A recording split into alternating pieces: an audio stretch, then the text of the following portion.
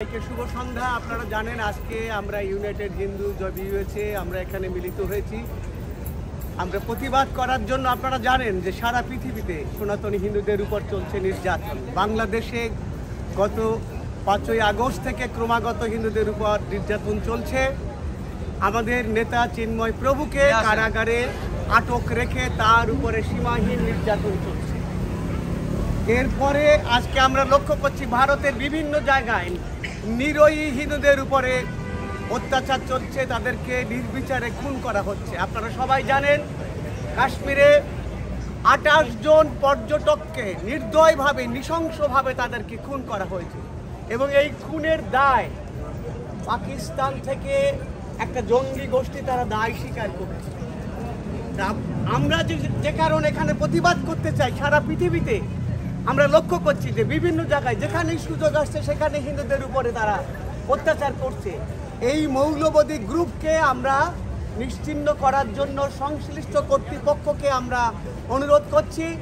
আমরা ভারতের যিনি প্রধানমন্ত্রী মাননীয় নরেন্দ্র মোদীকে আমরা বলতে চাই, যারা যে জঙ্গি সংগঠন আজকে ভারতে কাশ্মীরে 28 জন নিরীহ পর্যটকদের প্রাণ কেড়ে নিয়েছে, তাদের পরিবারের সীমাহীন দুর্গতি তারা সৃষ্টি করেছে, তাদেরকে শাস্তি প্রদান করা হোক। আমরা তাদের যথোপযুক্ত শাস্তি কামনা করছি।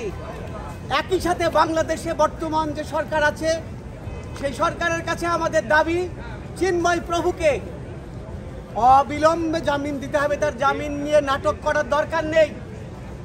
দুপুরবেলা জামিন দিয়ে বিকেলবেলা কোর্ট বসিয়ে আবার তাকে জেলের মধ্যে রাখার দরকার নেই। আমরা চাই তার জামিন এবং আমাদের যারা আত্মীয় স্বজন বন্ধু বান্ধব বাংলাদেশে আছে তাদের নিরাপত্তা দিতে হবে। উনি নোবেল জয়ী, আমাদের যিনি প্রধান উপদেষ্টা, এবং সবচেয়ে হাস্যকর হলো উনি শান্তিতে নোবেল প্রাইজ পেয়েছেন।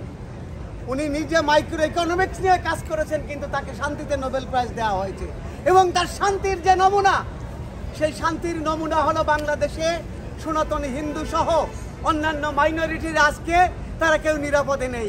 তাদের নিশ্চিহ্ন করে দেওয়ার ষড়যন্ত্র উনি করেছেন। আজকে ওনার একটা ইউটিউব দেখলাম, উনি বলছে ভারত পাকিস্তানের মধ্যে যুদ্ধ হবে, সেই যুদ্ধ আসন্ন এবং সেখানে আমরা তো হাত গুটিয়ে বসে থাকতে পারি না, আমাদের সর্বোচ্চ প্রস্তুতি নিতে হবে। একটা মানুষ যিনি শান্তিতে নোবেল প্রাইজ পেয়েছেন, ভারত পাকিস্তান যুদ্ধ হবে, কই উনি সেখানে বলবেন যে যুদ্ধ করার দরকার নেই।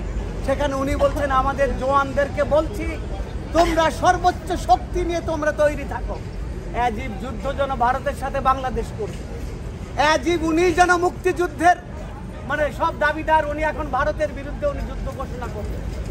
এই মানুষটা মুক্তিযুদ্ধের সময় বাংলাদেশে ছিলেন কিনা আমি জানি না, মুক্তিযুদ্ধে ওনার কোনো অংশগ্রহণ ছিল কিনা জানি না, মুক্তিযুদ্ধে ওনার কোনো আত্মীয় স্বজন বন্ধু বান্ধব প্রাণ দিয়েছে কিনা আমি জানি না, কিন্তু উনি এখন ভারতের বিরুদ্ধে, যাদের সহায়তায় আমরা বাংলাদেশের স্বাধীনতা পেয়েছি এবং যে সমস্ত মা বোনের রক্তের বিনিময়ে আমরা স্বাধীনতা পেয়েছি। আপনারা জানেন যে 30 লক্ষ মা বোন, তার মধ্যে আমরা জানি যে ওর মধ্যে 29 লক্ষই হলো সনাতনী মা বোন, তাদের যে রক্তের বিনিময়ে বাংলাদেশের স্বাধীনতা আজকে অর্জিত হয়েছে, তাদেরকে উনি হত্যা করার নীল নকশা করছেন।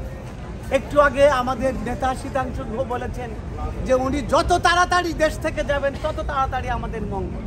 আমরাও চাই, ওনাকে দিয়ে হবে না, উনি বাংলাদেশের নির্বাচন দেবেন না, বাংলাদেশে উনি সাধারণ মানুষের ক্ষমতা সাধারণ মানুষের কাছে ফিরিয়ে দেবেন না। আমরা ওনাকে বলি আপনি কোনোদিনও আপনাকে দেখিনি আপনি বাংলাদেশের কোনো কাজে ছিলেন, আপনি সারা জীবন বাইরে থেকেছেন। আমরা আরও জানি যে গ্রামীণ ব্যাংকের, একটু আগে একটা খবরে পেলাম যে গ্রামীণ ব্যাংকের 30% শেয়ার যেখানে গভর্নমেন্টকে প্রফিট দেওয়া হতো সেটা উনি কাট করে 10% দেবেন। এই যে 20% উনি নিয়ে নিচ্ছেন, সারা জীবন উনি ব্যবসা করেছেন, সারা জীবন উনি মানুষের টাকা নিয়ে ফুলে ফেপে উঠেছেন। সেই মানুষটি আজকে বাংলার কি বলবো যে উনি ক্ষমতার সেই শীর্ষ পদে উনি আসীন হয়েছেন। আমরা বলবো আপনি আমাদের সংখ্যালঘু সম্প্রদায় তাদের নিরাপত্তা দিন, আপনি অবিলম্বে নির্বাচন দিন, আপনি চিন্ময় প্রভুকে অবিলম্বে মুক্ত করুন, তাহলে আপনার গ্রহণযোগ্যতা বাড়বে। আদার ওয়াইজ আমরা যারা ইউনাইটেড হিন্দু জমিয়তের যারা সৈনিক আছি, যারা আমরা আমেরিকাতে, আমরা আরো কঠিন আন্দোলন করব। আমরা আজকের এই সমাবেশ থেকে ভারতের প্রতি আমাদের আহ্বান, আপনারা যারা সন্ত্রাসী কার্যক্রম যারা করেছে, যে সমস্ত মানুষজন 28 জন পর্যটকের জীবন কেড়ে নিয়েছে, তাদেরকে শাস্তি দিন, তাদেরকে অবিলম্বে তাদেরকে যথোপযুক্ত শাস্তি দিয়ে আপনারা প্রমাণ করুন যে আপনারা সন্ত্রাসবাদকে আপনারা নির্মূল করতে চান।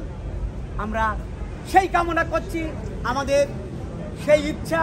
তো আমরা অপেক্ষা করব এবং একই সাথে আমাদের যারা আজকে আমরা এখানে যারা আসছি তাদের সবাইকে আমরা বলবো আমাদের আন্দোলন সংগ্রাম আরও জোরালোভাবে করতে হবে।